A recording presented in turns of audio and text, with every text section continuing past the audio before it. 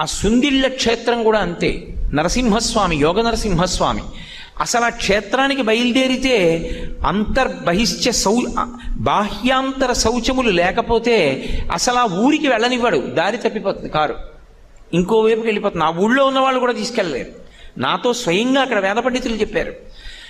ఆ ఊరు వెళ్ళలేం, దారి మర్చిపోయి ఎటో వెళ్ళిపోతుంది కారు.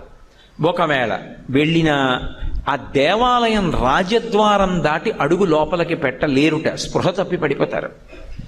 ఆయన అనుగ్రహము ఉంటేనే లోపలికి వెళ్ళడం. నేను ఆ క్షేత్రానికి వెడతాను అని అడిగినప్పుడు కూడా నన్ను తీసుకెళ్ళినటువంటి వేద పండితుడు ఏం చెప్పారంటే, అయ్యా ఇత పూర్వం ఒకసారి నేను ఒకళ్ళని తీసుకెళ్ళబోయి దారి తప్పిపోయాను, నాకే గుర్తులేదు ఆ ఊరేమిటో. ఆ ఊరికి ఆ ప్రభావం ఉందండి. మిమ్మల్ని నరసింహస్వామి అనుగ్రహమించి దర్శనం ఇవ్వాలనుకుంటే గుళ్ళోకి రానిస్తాడు, లేకపోతే రానివ్వడు.